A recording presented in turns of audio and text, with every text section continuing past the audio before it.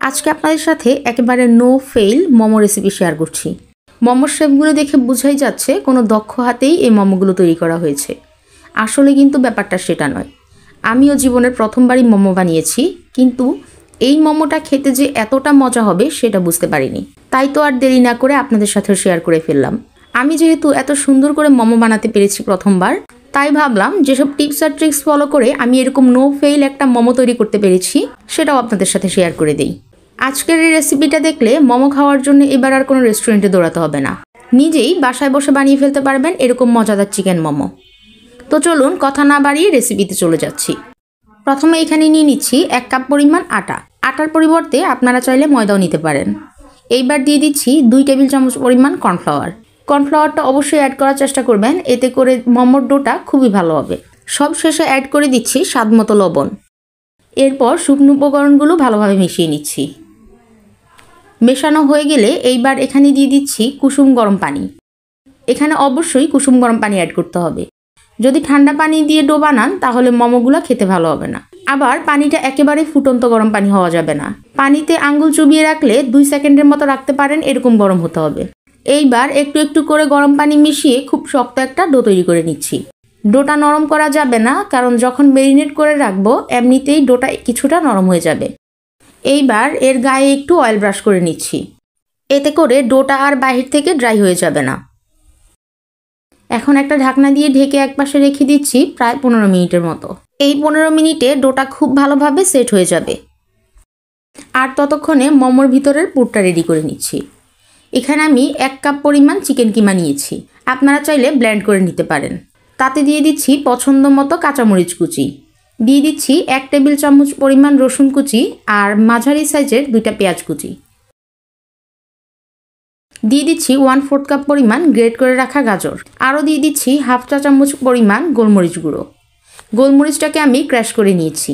এখানে গোলমরিচটা ক্র্যাশ করে দিলে খুব ভালো একটা ফ্লেভার পাওয়া যাবে। এখন দিয়ে দিচ্ছি স্বাদমতো লবণ। লবণটা দেওয়ার সময় একটু চিন্তা ভাবনা করে দিবেন, কারণ এখানে আমি সয়া সস ইউজ করব।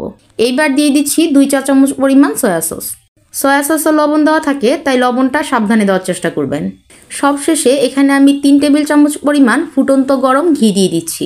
এইবার খুব ভালোভাবে উপকরণগুলো মিশিয়ে নিচ্ছি। এখানে আপনারা ঘিয়ের পরিবর্তে চাইলে বাটার, সাদা তেল কিংবা অলিভ অয়েলও ইউজ করতে পারেন। মানে হাতের কাছে যেটা অ্যাভেলেবেল থাকবে সেটাই অ্যাড করতে পারবেন। সবশেষে এখানে আমি দিয়ে দিচ্ছি হাফ চা চামচ পরিমাণ জিরা ধনিয়ার গুঁড়ো। এটা সম্পূর্ণ অপশনাল। আমার কাছে মনে হয়েছে এই জিরা ধনিয়ার গুঁড়োটা অ্যাড করলে ফ্লেভারটা খুব ভালো আসবে, প্লাস স্বাদটাও একটু ভালো আসবে, তাই আমি অ্যাড করেছি। আপনারা চাইলে স্কিপ করতে পারেন।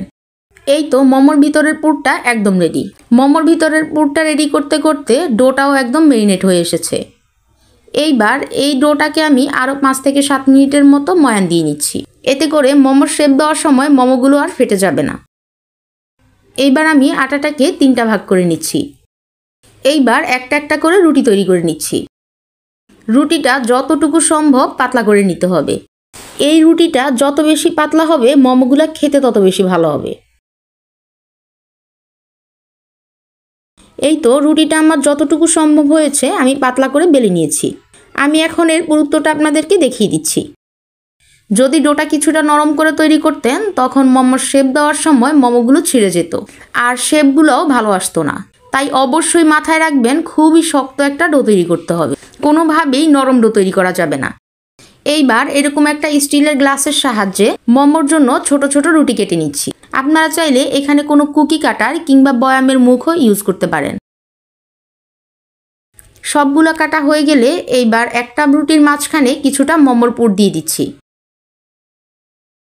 দিয়ে ভিডিওতে দেখানো মতো মোমোর শেপ দিয়ে নিচ্ছি। প্রথমে মাঝখানটা এইভাবে চেপে সিল করে দিচ্ছি, তারপর এক পাশ থেকে ছোট ছোট শাড়ির মতো কুচি করে নিচ্ছি আর হালকা হাতে চেপে চেপে সিল করে দিচ্ছি। একইভাবে অপর পাশেও এভাবে ছোট ছোট কুচি করে মুখটা সিল করে দিব।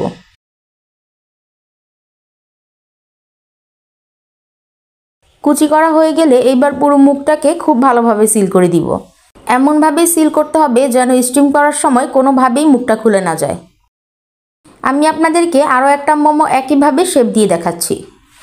আসলে এটা বলে বোঝানোর মতো কিছুই নয়, যদি আপনারা একটু ভালোভাবে খেয়াল করেন তাহলে নিজেরাই বুঝতে পারবেন।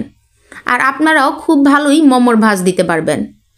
মোমোর ভাঁজ দেওয়াটা আমার কাছে খুব একটা কঠিন লাগেনি, আমি প্রথমবারেই একদম পারফেক্টভাবে পেরেছি। আশা করছি আপনারা আমার চাইতেও ভালো পারবেন।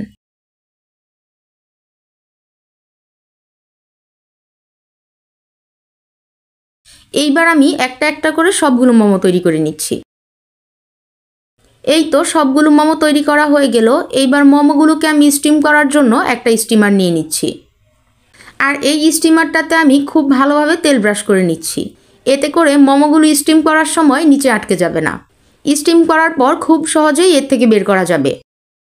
এইবার সবগুলো মোমো এই স্টিমারে সেট করে ঢাকনা দিয়ে ঢেকে 15 মিনিটের জন্য ভাপিয়ে নিব। ভাপানোর জন্য আগেই একটা পাতিলে পানি ফুটতে দিয়েছি। পানিটা টকবক করে ফুটে উঠলে এইবার আমি স্টিমারটা এর মধ্যে দিয়ে প্রায় 15 মিনিটের জন্য স্টিম করে নিয়েছি।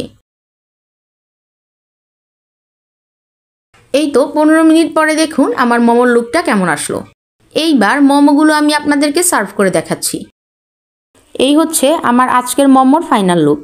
এই মোমোটা আমি সার্ভ করেছি চিলি অয়েল দিয়ে। আপনারা চাইলে যে কোনো ধরনের সস দিয়েও এই মোমোটা পরিবেশন করতে পারেন। যেহেতু শীতকালে মোমোর ডিমান্ডটা একটু বেশিই থাকে, তাই এইবার আর রেস্টুরেন্ট না ঘুরে নিজের ঘরেই বানিয়ে নিন এরকম মজাদার চিকেন মোমো। এতে করে আপনার বাচ্চাকে যত খুশি মোমো খাওয়াতে পারেন বা আপনি নিজেও খেতে পারেন, আর বাইরের আনহাইজেনিক খাবারটাও সম্পূর্ণ অ্যাভয়েড করতে পারেন। আশা করছি আজকের ভিডিওটাও আপনাদের অনেক ভালো লেগেছে। ভালো লাগলে আমার চ্যানেলটাকে একটা সাবস্ক্রাইব করে দিতে পারেন। আবারও হাজির হব নতুন কোনো রেসিপি নিয়ে। সে পর্যন্ত ভালো থাকবেন। আল্লাহ হাফেজ।